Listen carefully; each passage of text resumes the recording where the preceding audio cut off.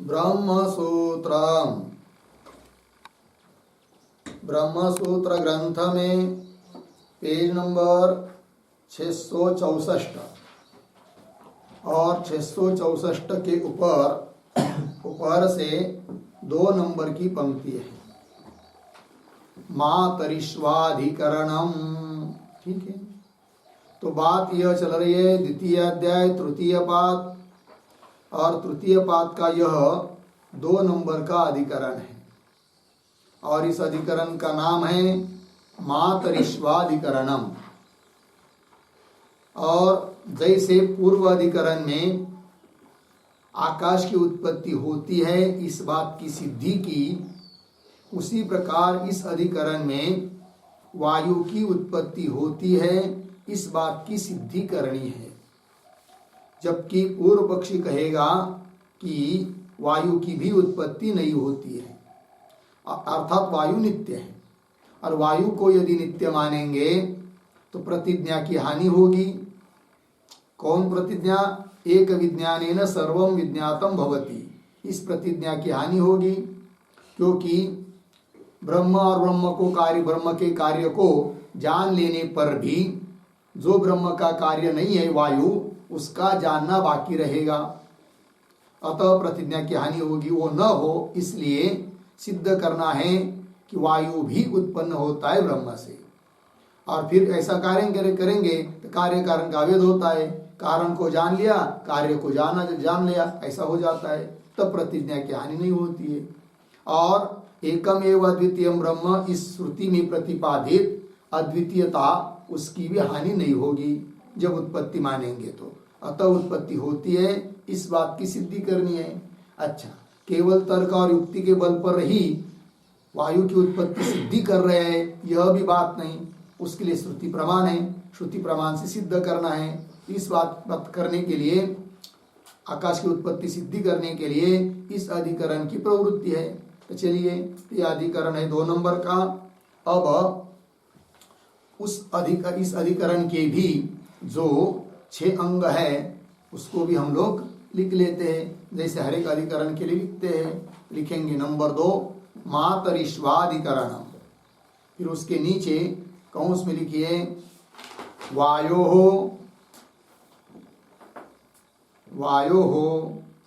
ब्रह्मजन्यत्वाधिकरणम। ब्रह्मजन्यत्वाधिकरणम,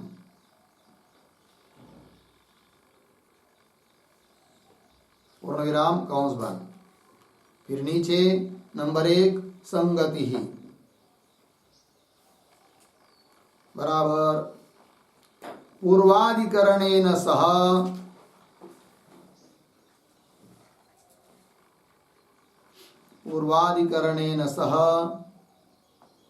अस्य अधिकरणस्य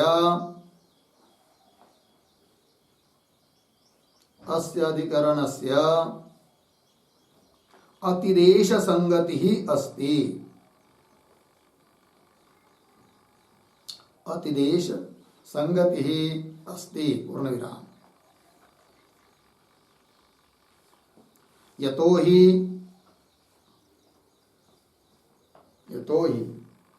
पूर्वोक्त न्यायस्य एव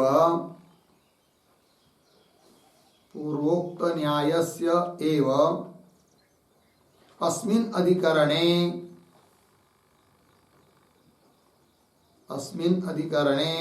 अतिदेशः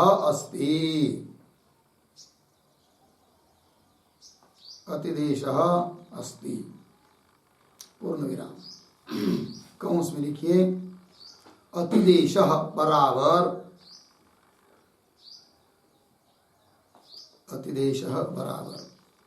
एकत्र श्रुतस्य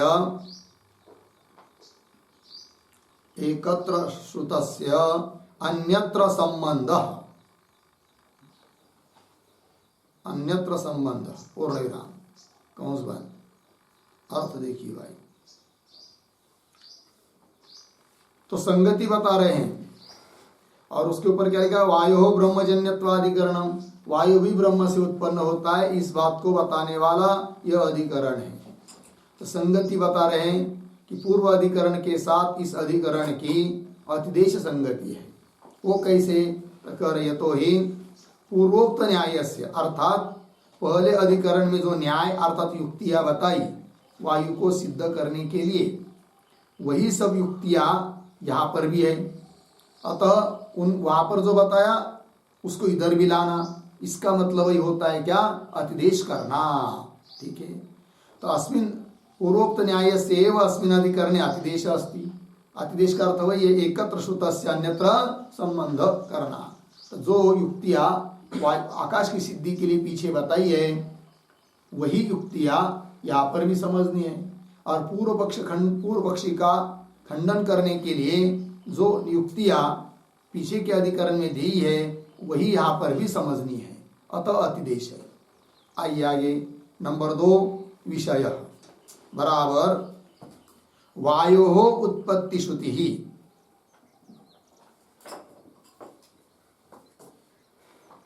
वायो उत्पत्ति श्रुति ही कौंस में लिखिए आकाशाद वायु, आकाशाद वायु कौंस बन। आगे अस्य अधिकरणस्य, अस्य अधिकरणस्य विचार विषयः अस्ति, विचार विषयः अस्ति। ठीक है, चलो भाई। वायु उत्पत्ति श्रुति, वायु को, वायु की उत्पत्ति बताने वाली जो श्रुति है जितनी भी होंगी वो श्रुतियां इस अधिकरण का विचार विषय है। ठीक, उदाहरण दिया आकाशाद वायु, वायु की उत्पत्ति बताने वाली श्रुति है। फिर आगे चलते नंबर 3 पर संदेह बराबर वायु नित्यः अस्ति, वायु नित्यः अस्ति अथवा अथवा उत्पद्यते, उत्पद्यते इति भवति संशयः, इति भवति संशयः। ठीक है, वायु नित्य है अथवा उत्पन्न होता है।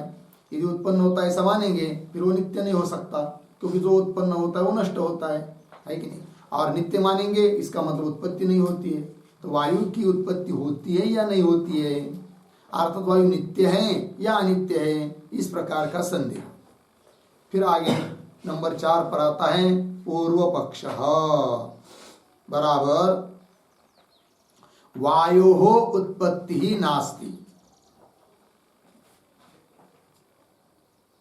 वायो उत्पत्ति ही नास्ति अर्थात, अर्थात वायु नित्यः अस्ति, वायु नित्यः अस्ति पूर्ण विराम। तथा ही, तथा ही छांदोग्ये, छांदोग्ये सृष्टि प्रकरणे, सृष्टि प्रकरणे वायोः उत्पत्तिः, वायोः उत्पत्तिः न श्रूयते, न श्रूयते पूर्ण विराम। तैतरीयके च, तैतरीयके च उद्धरण चिन्ह में आगे आकाशाद वायु उद्धरण चिन्ह 1, आकाशाद वायु आगे इति एवं, इति एवं वायोः उत्पत्तिः श्रूयते, वायोः उत्पत्तिः श्रूयते पूर्ण विराम।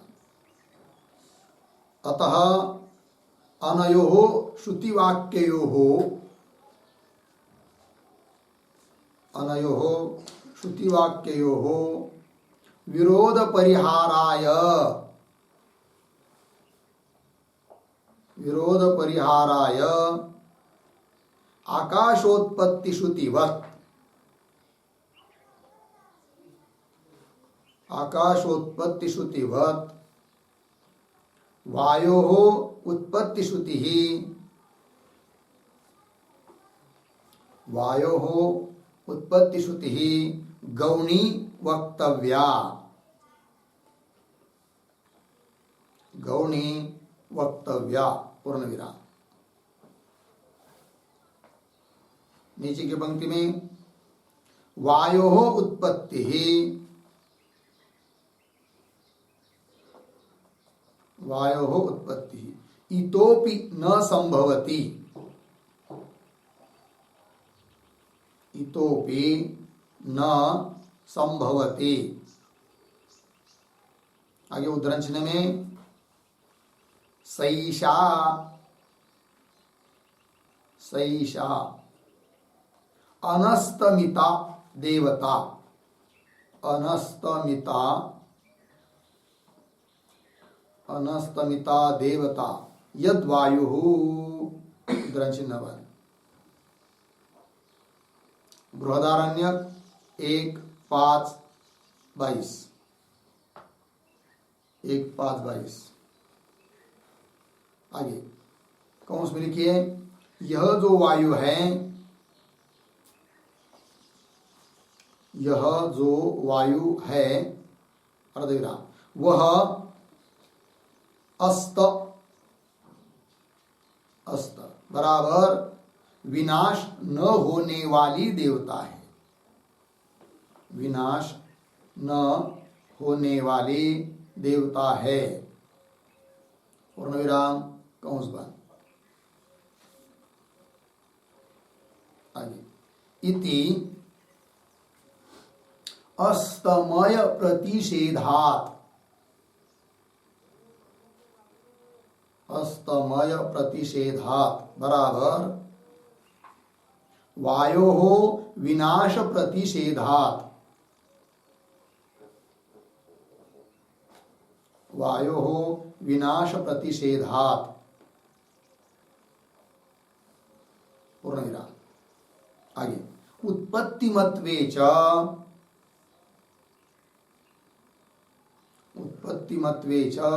तद अयोगात्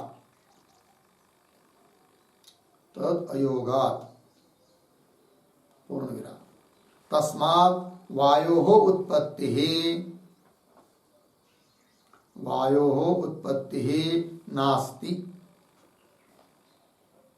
नास्ति इति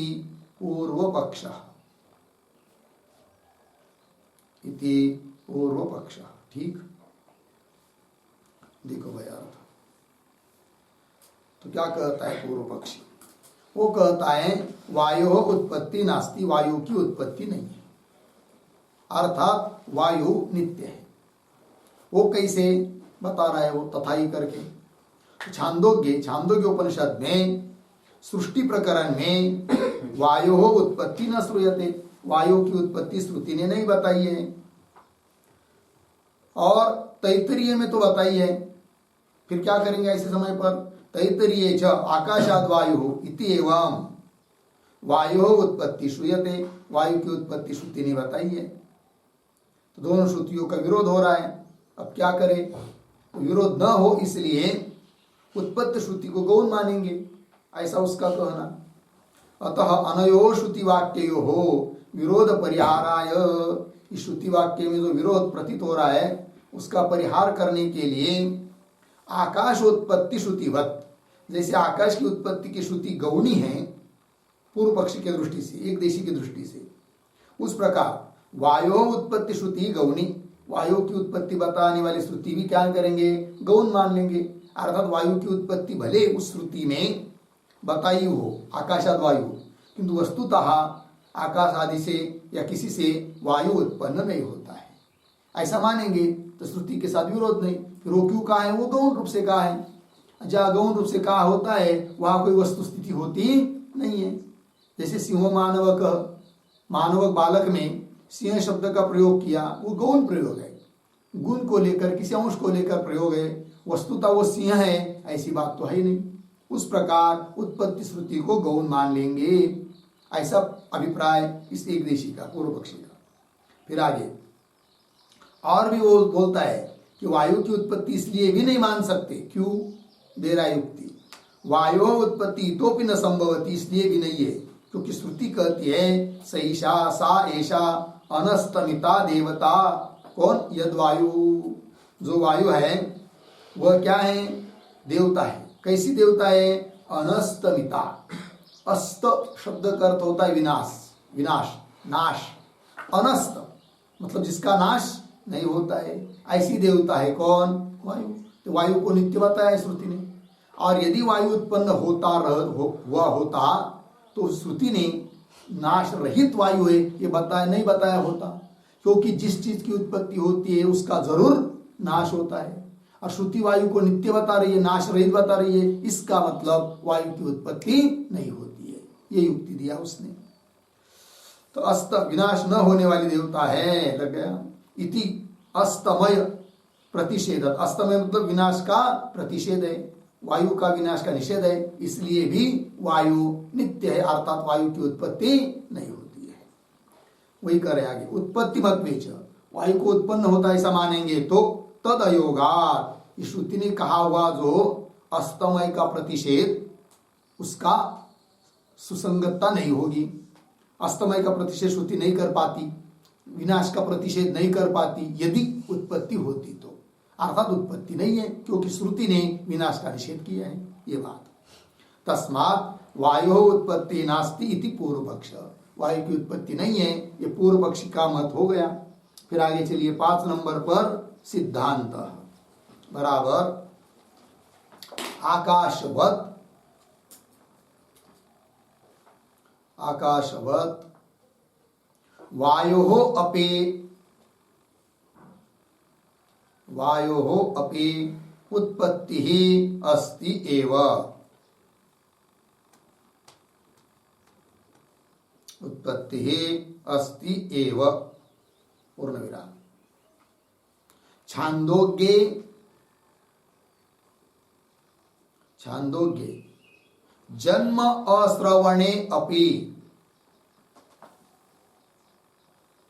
जन्म अश्रवणे अपि गुणोपसंहार न्यायेन, गुणोपसंहार न्यायेन तैत्तिरीय वाक्यस्य,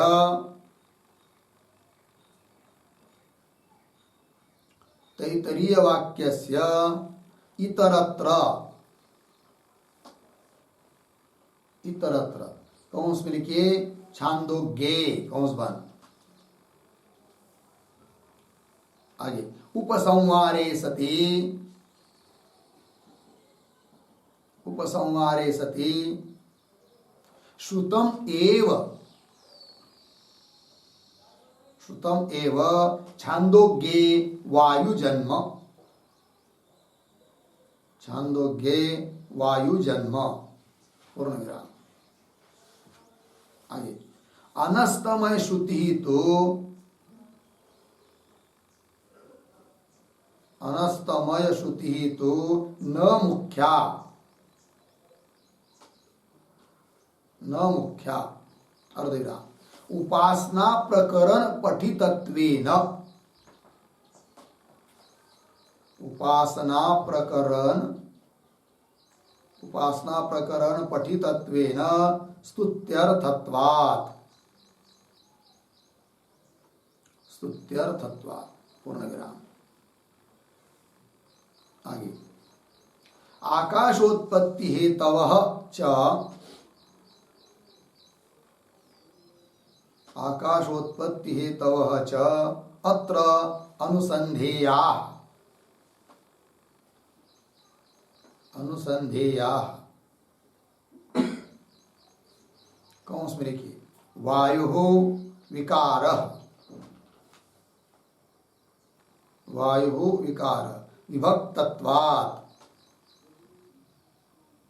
विभक्तत्वात् भूतत्वात् इत्यादि, पूर्ण विराम कौंस बंद। ठीक है। आगे थोड़ा, न च वायोः आकाशकार्यत्वेन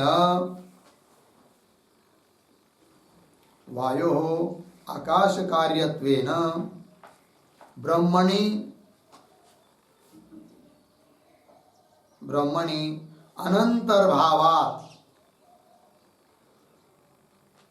अनंतर्भावात् ब्रह्मज्ञानेन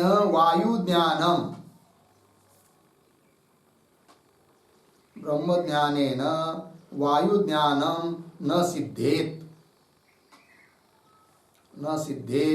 इति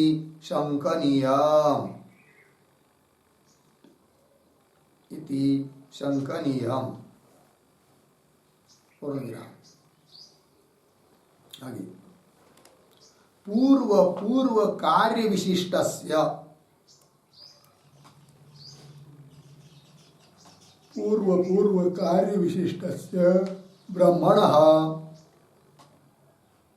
ब्रह्मणः उत्तरोत्तर कार्यहेतुत्वस्य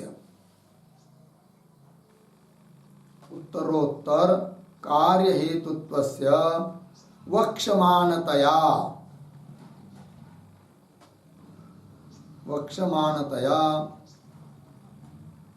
वियद्रूपापन्नस्य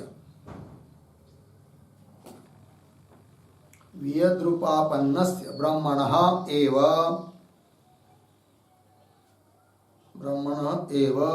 वायुकारणत्वात्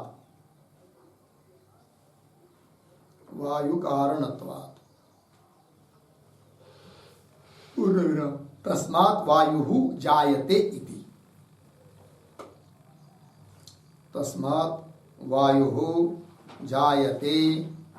हो गया, देखो भाई अर्थ। आकाशवत वायोः अपि उत्पत्ति अस्ति एव, सिद्धांती बोल रहे हैं। जैसे आकाश की उत्पत्ति होती ही है, उस प्रकार वायु की भी उत्पत्ति होती ही है। और फिर बोलेंगे छांदोग्य उपनिषद में वायु की उत्पत्ति नहीं बताई, उसका क्या? तब कह रहे छांदोग्य जन्म श्रवणे भी जन्म उत्पत्ति, वायु की उत्पत्ति नहीं बताई है तो भी गुणोपसंहार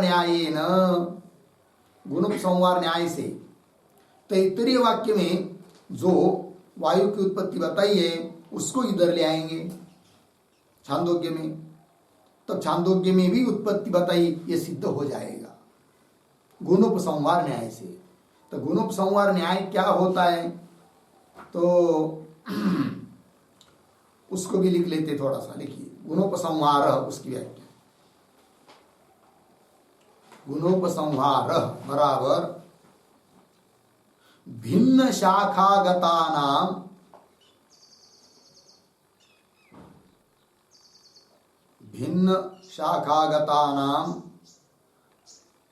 गुणानां अंगानां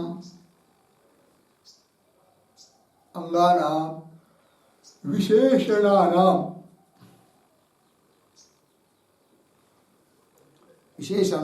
उपसंहारः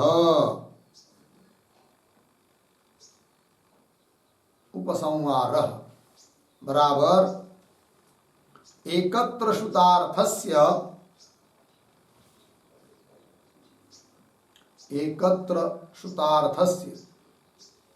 अन्यत्र अन्वयार्थम उपक्षेपः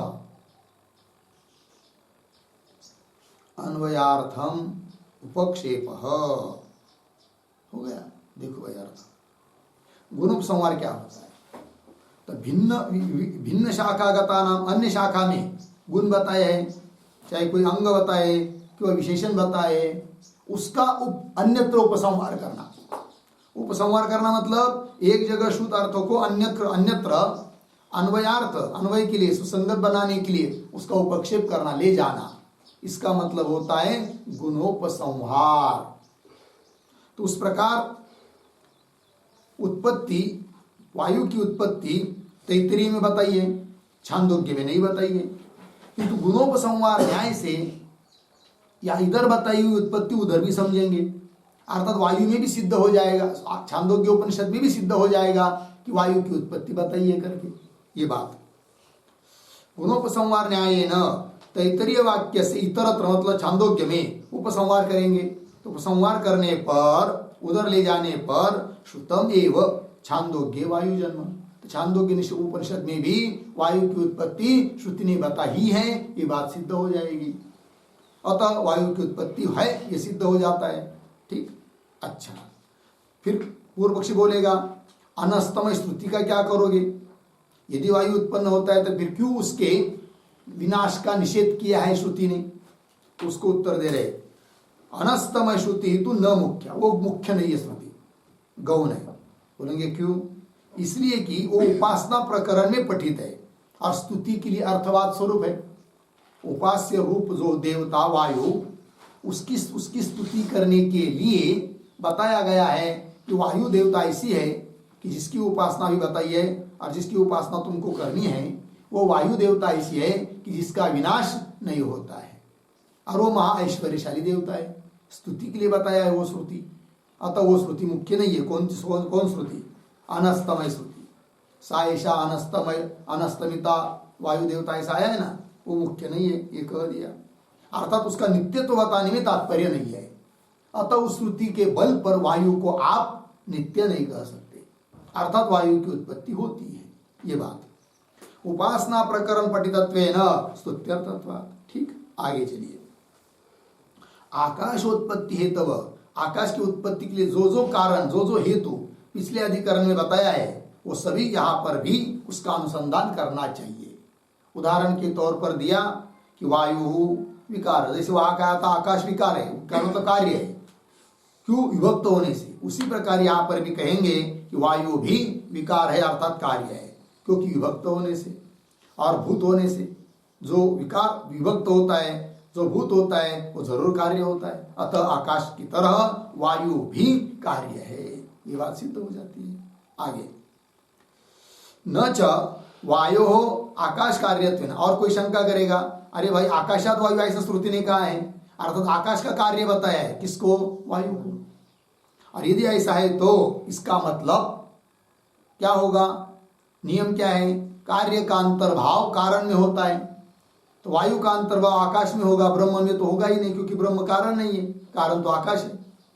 और यदि ऐसी बात है तो फिर प्रतिज्ञा की हानि तो हो ही जाएगी, ऐसा अभिप्राय।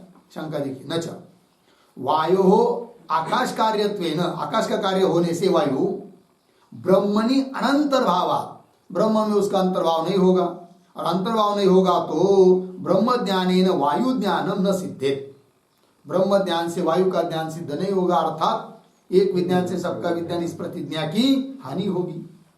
ब्रह्म ज्ञानेन वायु ज्ञानम न सिद्धेत इति शंकनीयम न शंकनीयम, वाक्य के आरंभ में जो न है वो इधर लाना पड़ता है, ऐसी शंका नहीं करनी चाहिए। क्यों करे? पूर्व कार्य विशिष्ट से ब्रह्मण उत्तर कार्य हेतुत्व से वक्षमानतया। आगे हम इस एक सिद्धांत को बताएंगे, ऐसा कहेंगे कह रहे क्या कि उत्तर कार्य के लिए कारण कौन होता है? साक्षात ब्रह्म ही नहीं, फिर कौन? उसके पूर्व में जो कार्य है वो कारण है आगे के कार्य के लिए। पूर्व का कार्य मतलब कैसा? तो उस कार्य विशिष्ट ब्रह्म, पूर्व कार्य विशिष्ट ब्रह्म आगे कार्य के लिए कारण होता है।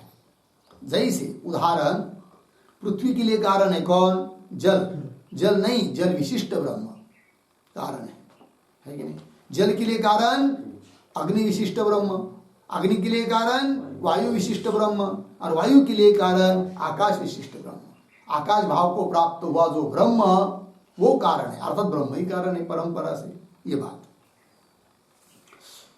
वही करे। वक्षमानतया वियद रूपापन्न से, वियद आकाश रूप को, आकाश भाव को प्राप्त हुआ जो ब्रह्म, उस ब्रह्म में ही है क्या? वायु कारणत्व, अर्थात वायु का कारण कौन है? ब्रह्म ही है, आकाश भाव को प्राप्त हुआ ब्रह्म।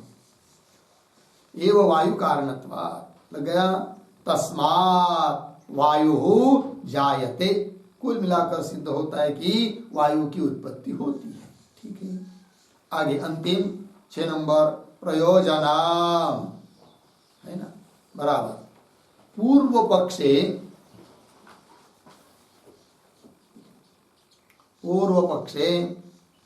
श्रुतीनाम मिथो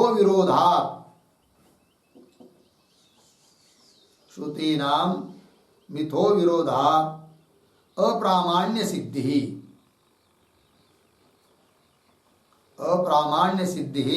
फलम भवति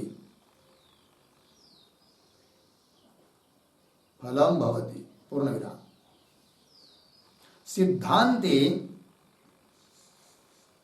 सिद्धांते श्रुतीनाम मिथो अविरोधात्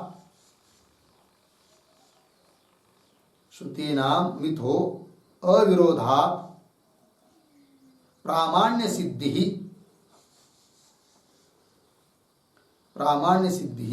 प्रयोजनम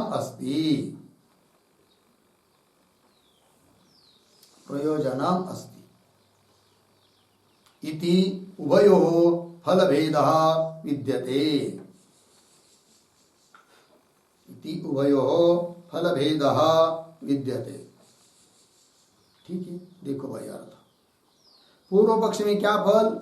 श्रुतियों का परस्पर में विरोध होने के कारण अप्रामाण्य है श्रुतियों में, और यदि श्रुति में अप्रामाण्य सिद्ध होता है तो उस अप्रमाणभूत श्रुतियों के द्वारा बताया हुआ ब्रह्म समन्वय उसका बाद हो जाता है। ये अर्थात ब्रह्म कारण नहीं है फिर जगत आदि के लिए, ये पूर्व पक्षी का अभिप्राय है। और सिद्धांत में श्रुति नाम मिथो अविरोधा, श्रुतियों का परस्पर में कोई विरोध नहीं है, क्योंकि एक वाक्यता है। अतः विरोध न होने से सभी श्रुतियां प्रमाण रूप है, प्रामाण्य की सिद्धि है, ये प्रयोजन है। और श्रुति में यदि प्रामाण्य है तो उन श्रुतियों के द्वारा बताया हुआ ब्रह्म समन्वय उसका भी बात नहीं है, ये बात हो जाती है। इति उभयो फल भेद विद्यते, हो गया ना। चलिए आगे। अब अधिकरण का सार बताने वाले जो हर एक अधिकरण के लिए 2 श्लोक आते हैं वैयासिक न्यायमालाकार के, उसका विचार करते हैं। तो श्लोक का उच्चारण। वायुर्नित्यो जायते वा छान्दोग्ये जन्म कीर्तनात् सैषानस्तमिता देव तेत्युक्तेर्न च जायते वायुर्नित्यो जायते वा छान्दोग्ये जन्म कीर्तनात् शैशानस्तमिता देव तेत्युक्तेर्न च जायते। वायुः नित्यः जायते वा छान्दोग्ये अजन्म कीर्तनात् सा एषा अनस्तमिता देवता इति उक्तेः न च जायते। ठीक, अन्वय शुरू से। वायुः नित्यो जायते वा, फिर अंतिम में जाएंगे श्लोक के अंतिम में, न जायते, फिर पूर्वार्ध में आइए छान्दोग्ये अजन्म कीर्तनात्, छान्दोग्ये अजन्म कीर्तनात्, हो गया ना। फिर आगे च अंतिम में आया है च,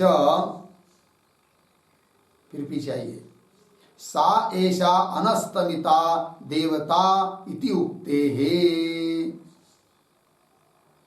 अर्थ देखो भाई,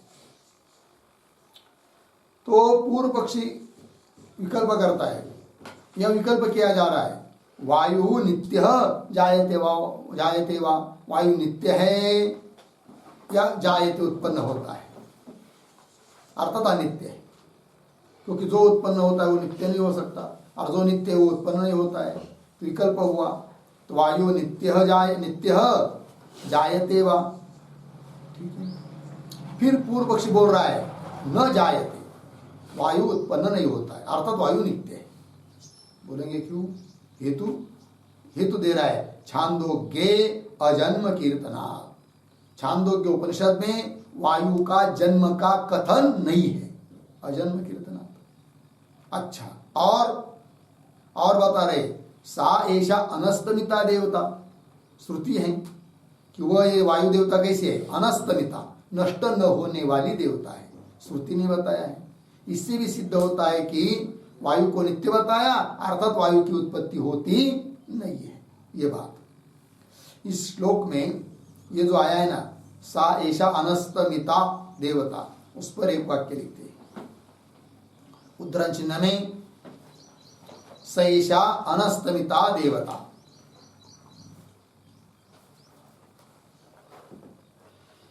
सैषा अनस्तमिता देवता यद वायु, उद्धरण चिन्ह बाद, बृहदारण्यक 1:5-22। आगे, इति श्रुतितः अपि, इति श्रुतितः अपि वायोः उत्पत्तिः, वायोः उत्पत्तिः न संभवति इत्यर्थः, न संभवति इत्यर्थः। ठीक है, देखो भाई अर्थ। तो सा ऐसा अनस्तमिता देवता यद वायु, जो यह वायु है वह देवता कैसे? अनस्तमिता, अस्तगति विनाश, अनस्त मतलब विनाश रहित देवता है। इति श्रुतितः अपि वायु उत्पत्ति न संभवति, वायु की उत्पत्ति नहीं है। ठीक है, ये हो गया पहला श्लोक। दूसरा, श्रुत्यन्तरोपसंहारात् गौण्यनस्तमय श्रुतिः वियद्वज्जायते वायुः स्वरूपं ब्रह्म कारणम् श्रुत्यन्तरोपसंहारात् गौण्यनस्तमयश्रुतिः वियद्वज्जायते वायुः स्वरूपं ब्रह्म कारणम्। श्रुत्यन्तरोपसंहारात् गौणी अनस्तमय श्रुतिः वियद्वत् जायते वायु स्वरूपम ब्रह्म कारणम। अन्वय, श्रुत्यंतरोपसंहारात्, एक शब्द छोड़कर आगे, अनस्तमय श्रुति ही पीछे, गौणी आगे, वियद्वत् वायु जायते, वायु जाए आगे, स्वरूपम ब्रह्म कारणम। ठीक है जी, चलो भाई। तो सिद्धांती बोल रहे हैं श्रुत्योपसंहारात्, ठीक है ना, एक हेतु दिया, वायु की उत्पत्ति होती है इस बात को बताने के लिए, क्योंकि सिद्धांति के अनुसार वायु की उत्पत्ति है। हेतु दिया श्रुत्यंतरोपसंहारात्, अन्य श्रुति में बताई हुई जो उत्पत्ति है, तैत्तरीय श्रुति में बताई हुई, उसका उपसंहार कर लेते, किधर? छांदोग्य में, अतः उत्पत्ति की सिद्धि हो जाती है। यह अर्थ हुआ श्रुत्यंतरोपसंहारात् इस पद का। ठीक है, इसलिए क्या फिर आ गया, और अनस्तमय श्रुति गौणी, और अनस्तमय वायु का नाश नहीं होता है इस बात को बताने वाली श्रुति कैसी है? गौण है। दो हो गया। और आगे, वियद्वत्, आकाश की तरह वायु जायते, वायु उत्पन्न होता है। फिर वायु के लिए कारण कौन? तो स्वरूपम ब्रह्म कारण। स्वरूपम ब्रह्म का मतलब आकाश भाव को प्राप्त हुआ ब्रह्म वायु के लिए कारण है, यह अर्थ होता है। ठीक, इस श्लोक में जो पहला हेतु बताया है श्रुत्यंतरोपसंहारात्, उस पर एक वाक्य लिखते हैं,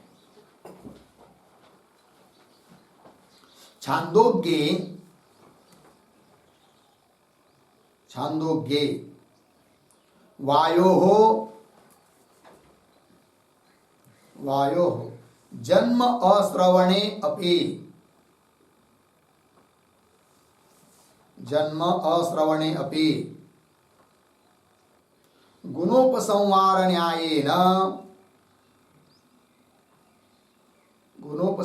न्यायेन तैतरीय वाक्यस्य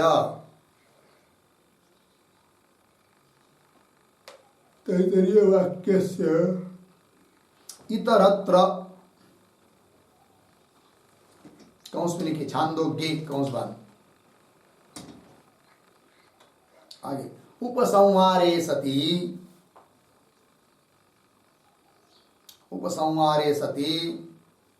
श्रुतम एव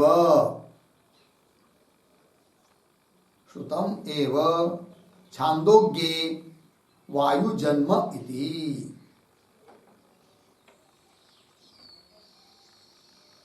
छांदोग्ये वायु जन्म इति हो गया। अर्थ देखो भाई, तो छांदोग्य उपनिषद में वायु की उत्पत्ति सिर्फ श्रुति ने बताई नहीं है, अश्रवणे अपि गुणोपसंहार न्यायेन। गुणोपसंहार न्याय क्या होता है बता दिया है आपको। तो अन्य शाखा में बताए हुए गुण, चाहे अंग चाहे विशेषण, उसको अन्यत्र ले जाना, उसको कहते हैं गुणोपसंहार न्याय। तो उस गुणोपसंहार न्याय से तैत्तिरीय श्रुति वाक्यस्य, जिसमें आकाशाद वायु, आकाश से वायु उत्पन्न होता है ऐसा बताया है उत्पत्ति, उसको इतरत्र छांदोग्य उपनिषद में ले जाएंगे, उपसंहार करेंगे उसका। अतः श्रुत हो जाएगा छांदोग्यों में भी वायु का जन्म। ये बात हो गई। आगे चलिए, और इस श्लोक में एक शब्द और आया है अनस्तमय श्रुति गौणी। तो वो क्या है, उस पर भी एक वाक्य लिखेंगे।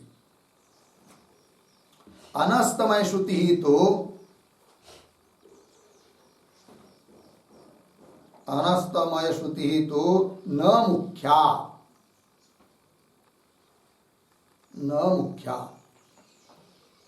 अर्धविराम उपासना प्रकरण पठितत्वेन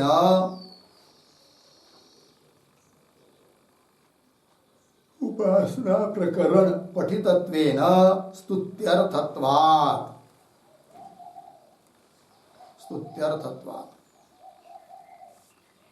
ठीक है, देखिए भाई, अनस्तमय श्रुति तो न मुख्य, अनस्तमय श्रुति मुख्य नहीं है, गौण है।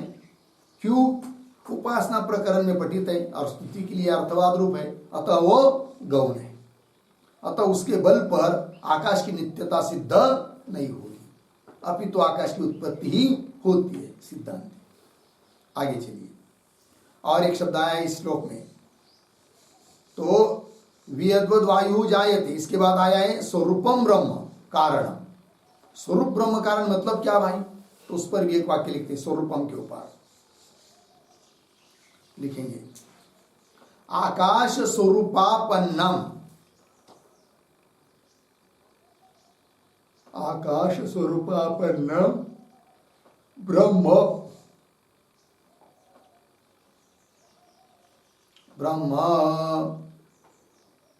बराबर वियत अवच्छिन्न ब्रह्म चैतन्यम।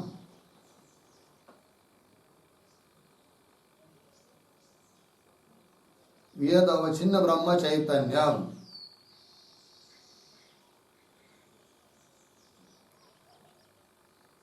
आगे कौंस में लिखिए आकाश स्वरूप को प्राप्त हुआ ब्रह्म। आकाश स्वरूप को प्राप्त हुआ ब्रह्म कौंस बन। आगे वायोः कारणं भवति इत्यर्थः। वायोः कारणं भवति इत्यर्थः। ठीक है, देखिए भाई अर्थ। स्वरूप ब्रह्म कारण मतलब क्या? आकाश स्वरूपापन्न, आकाश स्वरूप को प्राप्त हुआ ब्रह्म, क्योंकि ब्रह्म से आकाश उत्पन्न हुआ, तो आकाश स्वरूप को प्राप्त हुआ ब्रह्म, फिर वो ब्रह्म कारण है। आकाश अवच्छिन्न ब्रह्म, आकाश उपहित ब्रह्म कारण है किसके लिए? वायु के लिए। वही करे वेद अवच्छिन्न ब्रह्म चैतन्यम, अर्थात आकाश स्वरूप को प्राप्त हुआ ब्रह्म वायु हो कारण, वायु के लिए कारण है। इस बात को बता दिया। हो गया जी। चलिए अब अधिकरण का सार बताने वाले श्लोकों का विचार हुआ। अब आगे चलते हैं। अब सूत्र है, सूत्र का उच्चारण कर लेते हैं। एतेन मातरिश्वा व्याख्यातः, एतेन मातरिश्वा व्याख्यातः। ठीक है, 2, 3, 8 ये सूत्र है। तो चलिए इस सूत्र का भी अर्थ लिख लेते हैं। लिखेंगे सूत्रावतरणम बराबर वियत उत्पत्तिम उक्त्वा, वियत उत्पत्तिम उक्त्वा सूत्रकारः, सूत्रकारः पवनोत्पत्तिम, पवनोत्पत्तिम अतिदेशेन साधयति, अतिदेशेन साधयति एतेन इति, एतेन इति।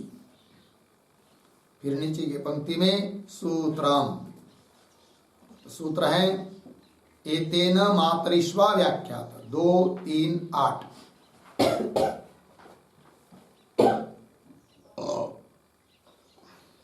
फिर नीचे पदचित्त कुछ है नहीं, एतेन मातरिश्वा व्याख्यात सरल है। फिर नीचे पदार्थोक्ति, फिर प्रतीक है एतेन बराबर आकाशस्य उत्पत्तिमत्व व्याख्यानेन, आकाशस्य उत्पत्तिमत्व व्याख्यानेन, उत्पत्तिमत्व व्याख्यानेन। फिर आगे प्रतीक मातरिश्वा,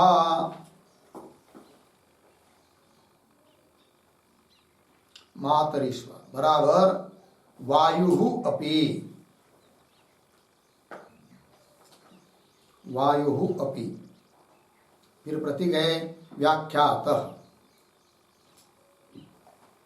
बराबर आकाशावच्छिन्न ब्रह्मजन्यत्वेन, आकाशावच्छिन्न ब्रह्मजन्यत्वेन व्याख्यातः, आकाशावच्छिन्न ब्रह्मजन्यत्वेन, ब्रह्मजन्यत्वेन व्याख्यातः। कौंस में लिखिए वायु भी, वायु भी आकाशावच्छिन्न ब्रह्म से, आकाशावच्छिन्न ब्रह्म से अर्थात आकाश भाव को प्राप्त ब्रह्म से, आकाश भाव को प्राप्त ब्रह्म से उत्पन्न होता है, उत्पन्न होता है, यह व्याख्यान हुआ, यह व्याख्यान हुआ। पूर्ण करेगा कौंस बंद। और देखिए भाई, तो वियत उत्पत्ति मुक्त्वा, पीछे के अधिकरण में वियत अर्थ आकाश, आकाश की उत्पत्ति बता दी। फिर उसको बताने के बाद सूत्रकार अब पवनोत्पत्ति, पवन आकाश, पवन वायु, वायु की उत्पत्ति को अतिदेश से सिद्ध करते हैं सूत्र के माध्यम से, एतेन इत्यादि। तो सूत्र आया फिर एतेन मातरिश्वा व्याख्यात। फिर पदच्छेद किया, पद कुछ नहीं, पदार्थोक्ति में लिखते हैं एतेन, एतेन करता है आकाशस्य उत्पत्तिमत्व व्याख्यान, आकाश उत्पत्ति वाला है ऐसा व्याख्यान कर देने से क्या सिद्ध हुआ? मातरिश्व। मातरिश्व शब्द का अर्थ होता है वायु, तो वायु अपि व्याख्यात। व्याख्यात मतलब क्या? आकाशावच्छिन्न ब्रह्मजन्यत्वेन व्याख्यात। आकाशावच्छिन्न ब्रह्म, जो आकाश उपहित ब्रह्म, उससे उत्पन्न होता है कौन? वायु। तात्पर्य आकाशावच्छिन्न ब्रह्म अर्थ आकाश भाव को प्राप्त हुआ जो ब्रह्म, उस ब्रह्म से उत्पन्न होता है वायु, इस बात का व्याख्यान हो गया। एतेन ठीक है जी, आइए भाई, तो ये हो गया यहाँ पर सूत्र का अर्थ। अब आगे चलते हैं भाष्य। तो देखिए, अतिदेशोयम अयम अतिदेश, यह अतिदेश है। भगवान भाष्यकार बोल रहे हैं कि यह अधिकरण मतलब यह अतिदेश है। यह अतिदेश है ऐसा क्यों बता रहे भाई भगवान भाष्यकार? इस बात को समझने के लिए अतिदेश के पूर्व में अवतरण के रूप में एक छोटा सा वाक्य लिखते हैं। अत्र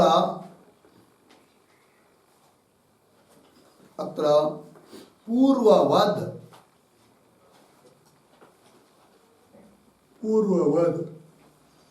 पादादि संगतयः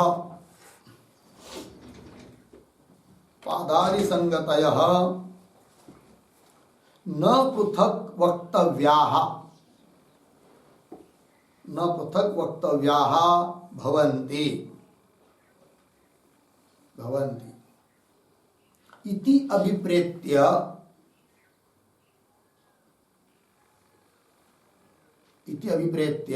तात्पर्यम् आह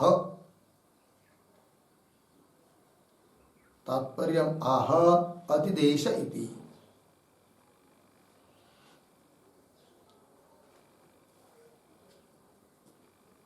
ठीक है, याद रखिए भाई। अत्र पूर्ववत, पीछे के अधिकरण की तरह, पादादि संगतय न पृथक वक्तव्य, अलग रूप से स्वतंत्र रूप से पुनः पादादि संगति बताने की जरूरत नहीं है। न पृथक वक्तव्य भवन्ति इति अभिप्रेत्य, इस अभिप्राय से, ऐसा अभिप्राय मन में पकड़कर तात्पर्य बता रहे कि यह अतिदेश है। अर्थात पीछे अधिकरण में बताई हुई सभी उक्तियां वगैरह इधर लाना है, इसको कहते हैं अतिदेश। ठीक है, अब आगे चलिए। एतेन प्रतीक है, प्रतीक है मतलब सूत्रस्थ पद है, उसका अर्थ कर रहे। एतेन मतलब वियत व्याख्यान है, आकाश का व्याख्यान कर देने से क्या सिद्ध हुआ? मातरिश्वापी प्रतीक है। मातरिश्व शब्द का अर्थ वायु होता है, वायु ही क्या हो जाता है? तो मातरिश्वापी, उसका अर्थ कर रहे वियद आश्रय वायु। वियद आश्रय वायु मतलब वियद आश्रयो वायु, अर्थ क्या होगा? हाँ, आकाश आश्रय वाला वायु, आकाश है आश्रय जिसको, ऐसा आकाश आश्रय वाला वायु व्याख्या, उसका भी व्याख्यान हो गया। अर्थात जैसे आकाश की उत्पत्ति होती है वैसी ही वायु की भी उत्पत्ति समझनी चाहिए, यह भी है। ठीक है, आगे चलिए। तत्र अपि एते यथा योगम पक्षाः रचयितव्याः। ठीक है, थोड़ा अन्वय। तत्र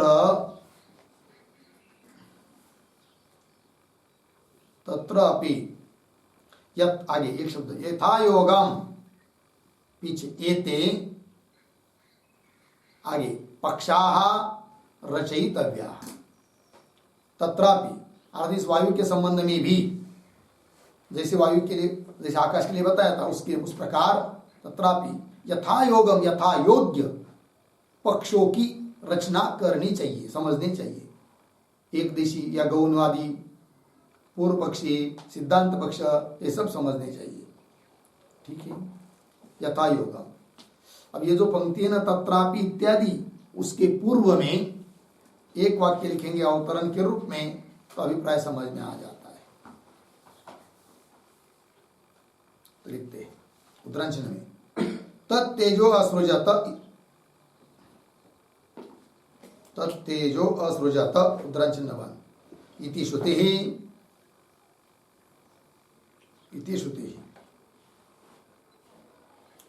आगे उत्तरांचल में आगे, आकाशाद वायु उत्तरांचल नवन,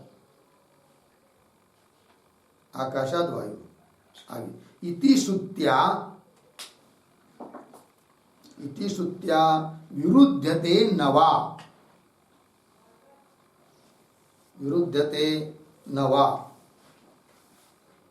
इति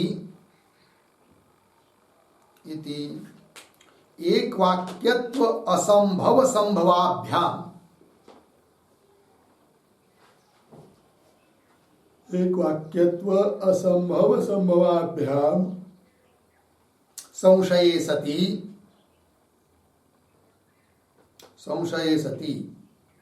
अतिदेशं विशदीकर्तुं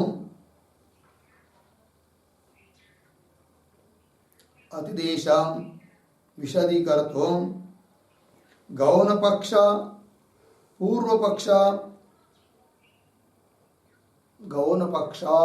पूर्वपक्ष सिद्धांत पक्षान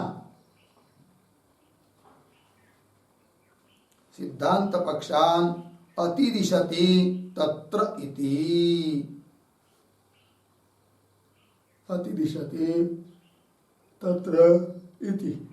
अर्थ देखो भाई। तो तत्तेजो असृजत यह श्रुति है छांदोग्य उपनिषद की। फिर दूसरी श्रुति है तैत्तिरीय उपनिषद की आकाशाद वायु इति श्रुत्या विरुध्यते न वा। तो तत्तेजो असृजत यह श्रुति आकाशाद वायु इस श्रुति के साथ विरोध को प्राप्त होती है या नहीं।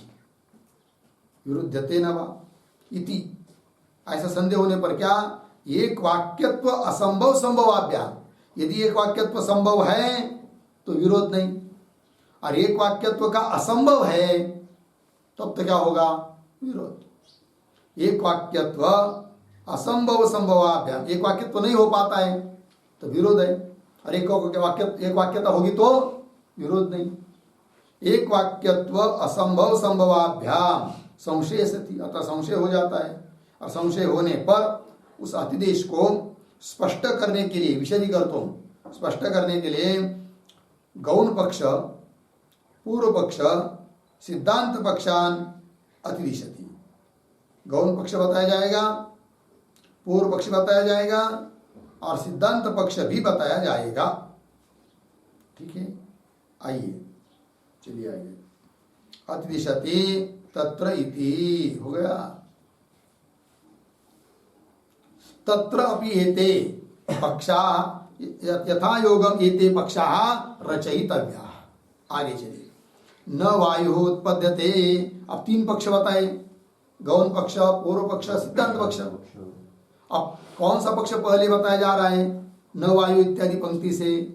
इस बात को समझने के लिए न वायु इत्यादि जो पंक्ति चालू हो रही है उसके पूर्व में एक वाक्य लिखिए अवतरण के रूप में। तदेव पक्षत्रयम्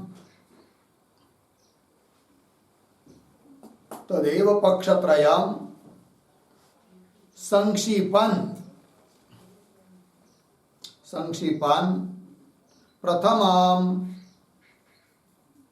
प्रथमं गौणवादी पक्षम आह।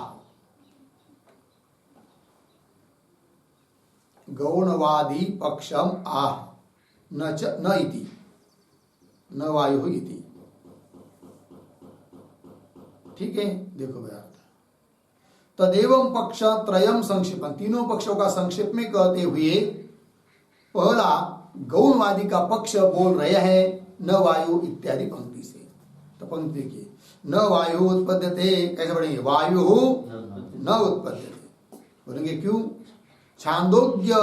छांदोग्यानाम उत्पत्ति प्रकरणे अनाम्नानात् इति एक पक्ष। ये पहला पक्ष हुआ गौण पक्ष। वे कहते हैं छांदोग्यानाम, छांदोग्य उपनिषद में उत्पत्ति प्रकरणे, छांदोग्य उपनिषद का जो उत्पत्ति प्रकरण है उस उत्पत्ति प्रकरण में अनाम्नानात्, अनाम्नानात् का अर्थ लिखिए अकथनात्। अकथनात्, ठीक है ना? कथन नहीं है इसलिए क्या, इसलिए क्या? वायु न उत्पद्यते। हाँ, प्रतिज्ञा की ना शुरू में वाक्य के आरंभ में वायु न उत्पद्यते, वायु उत्पन्न नहीं होता है। क्यों? छांदोग्य उपनिषद में उत्पत्ति प्रकरण में अकथन है, कथन नहीं है वायु की उत्पत्ति का, इसलिए वायु की उत्पत्ति नहीं मानते हम। ऐसा बोल रहा है कौन? ये एक पक्ष, गौणवादी पक्ष। ठीक है, अब आगे चलिए। अस्ति तु तैत्तिरीयाणाम उत्पत्ति प्रकरणे आम्नानम आकाशात वायु इति पक्षांतरम, ठीक है। ये जो पंक्ति चालू हुई अस्तित्व इत्यादि, उसके पूर्व में भी एक छोटा सा वाक्य लिखिए, पूर्व पक्षम संक्षिपति, पूर्व पक्षम संक्षिपति अस्ति इति। तो अस्ति इत्यादि पंक्ति से पूर्व पक्ष बताया जा रहा है भाई।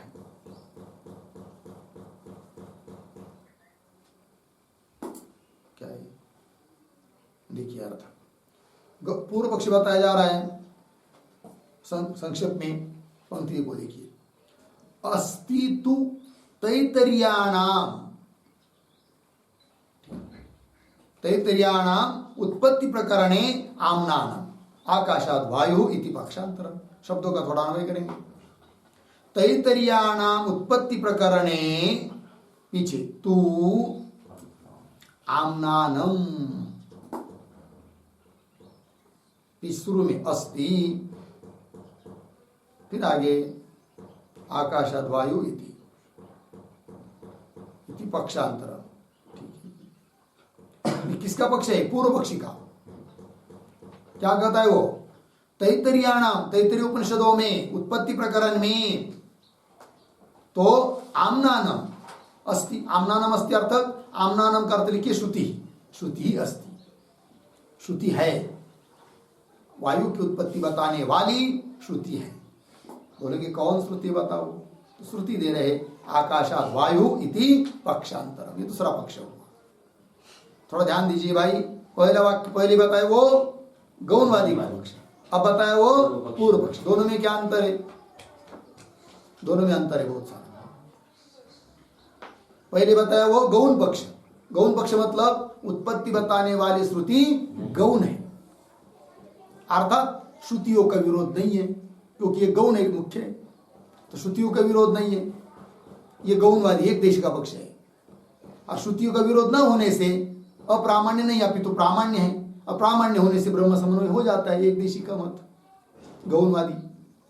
और पूर्व पक्षी का क्या अभिप्राय है? वो कहता है नहीं नहीं, छांदोग्य उपनिषद में बताया है क्या, आकाश की उत्पत्ति नहीं, वायु की उत्पत्ति नहीं बताइए, और तैतरीय उपनिषद ने वायु की उत्पत्ति बताइए, अर्थात श्रुतियों का परस्पर विरोध है, और परस्पर विरोध होने के कारण श्रुति में प्रामाण्य नहीं है, अप्रामाण्य है, और प्रामाण्य न होने के कारण उसके द्वारा बताया गया ब्रह्म समन्वय भी बाधित है। ये पूर्व पक्ष का अभिप्राय, वो अत्यंत विरोधी है। लगे है ना? वो क्या करता है? परस्पर श्रुति का विरोध बताता है, और गौणवादी विरोध नहीं करते। ऐसा अंतर है दोनों में। वही देखिए फिर, तो तैतरीयाणाम उत्पत्ति प्रकरणे तो आम्नानम अस्ति श्रुति है। कौन श्रुति? आकाशात वायु इति पक्षांतरम, ये दूसरा पक्ष हुआ। ठीक, आगे चलिए। ततश्च श्रुत्योः विप्रतिषेधे सति गौणी वायोः उत्पत्ति श्रुति। अभी क्या बताई जा रही बात? तत इत्यादि पंक्ति से दो पक्ष बताए पीछे, तो इस पंक्ति से क्या बताई जा रही बात? तो ततः के पूर्व में एक वाक्य लिखे उत्तर, गौणवादिनः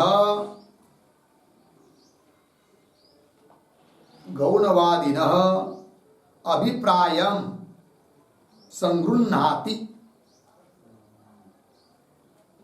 अभिप्रायं संगृह्णाति ततश्च इति। गौणवादियों का क्या अभिप्राय है उसका संग्रह कर रहे या बता रहे हैं तत इत्यादि पंक्ति से। देखो, ततश्च श्रुत्योः विप्रतिषेधे सति, विप्रतिषेध विरोध, श्रुतियों का विरोध होने पर विप्रतिषेधे सति, सति तक है ना? आगे देखिए थोड़ा सा अन्वय, सति के बाद एक शब्द जोड़कर वायोः उत्पत्ति श्रुति, पीछे आइए गौणी, फिर आगे असंभवात्, आगे सरल है। तो श्रुति का परस्पर विरोध होने पर वायोः उत्पत्ति श्रुति गौणी, वायु की उत्पत्ति बताने वाली श्रुति क्या है? गौण है, अतः श्रुति का विरोध नहीं होगा। फिर दूसरी बात, वायु की उत्पत्ति कह भी नहीं सकते। क्यों बोल रहा है वो गौणवादी? असंभवात् इति अपर अभिप्राय, ये दूसरा अभिप्राय उसका। एक तो उसका अभिप्राय, एक अभिप्राय कौन? कि वायु की उत्पत्ति बताने वाली श्रुति गौण है, एक अभिप्राय। दूसरा अभिप्राय असंभवात, मतलब वायु की उत्पत्ति का असंभव है, इति अपर अभिप्राय। ये दूसरा उसका अभिप्राय है, असंभवात करके वायु की उत्पत्ति का असंभव। तो बोलेंगे क्यों असंभव है भाई? तब कह रहे असंभवश्च सैषा अनस्तमिता देवता यद वायु इति अस्तमय प्रतिषेधात्, एक हेतु असंभव के लिए। और दूसरा अमृतत्वादि श्रवणाच्च, ये दूसरा हेतु। दो हेतु से बता रहा है कौन? गौणवादी। क्या बताता है? वायु की उत्पत्ति होती नहीं है। असंभव क्यों है? सा ऐसा अनस्तमिता देवता, वह ये जो देवता है कि जिसकी उपासना करने के लिए बताया है बृहदारण्यक उपनिषद में, वो वायु देवता कैसी है? अनस्तमिता, मतलब विनाश रहित है। अस्तमिता मतलब विनाशवादी, अनस्तमिता मतलब विनाश रहित है, अर्थात नित्य है। यदि वायु उत्पन्न होता तो इस श्रुति ने उस वायु को नित्य नहीं बताया होता, और नित्य बताया है, अर्थात वायु की उत्पत्ति नहीं होती है, असंभव। वही कह रहे इति अस्तमय प्रतिषेध। अस्तमय मतलब विनाश का प्रतिषेध, निषेध किया है। और दूसरी बात अमृतत्वादि श्रवणाच्च, अमृतत्व भी बताया वायु के लिए श्रुति ने, इसलिए भी वायु को नित्य मानना पड़ता है, वायु की उत्पत्ति नहीं होती है। तो बोलेंगे कौन श्रुति में वायु को अमृतत्व बताया है? तो वो श्रुति भी लिख लीजिए, अमृतत्वादि श्रवणाच्च, उसके ऊपर टिप्पणी करके उद्धरण चिन्ह में वायुश्च अंतरिक्षम, वायु च अंतरिक्षम च एतत् अमृतम च एतत् अमृतम, उद्धरण चिन्ह इति श्रूयते, इति श्रूयते पूर्ण विराम। आदि शब्देन,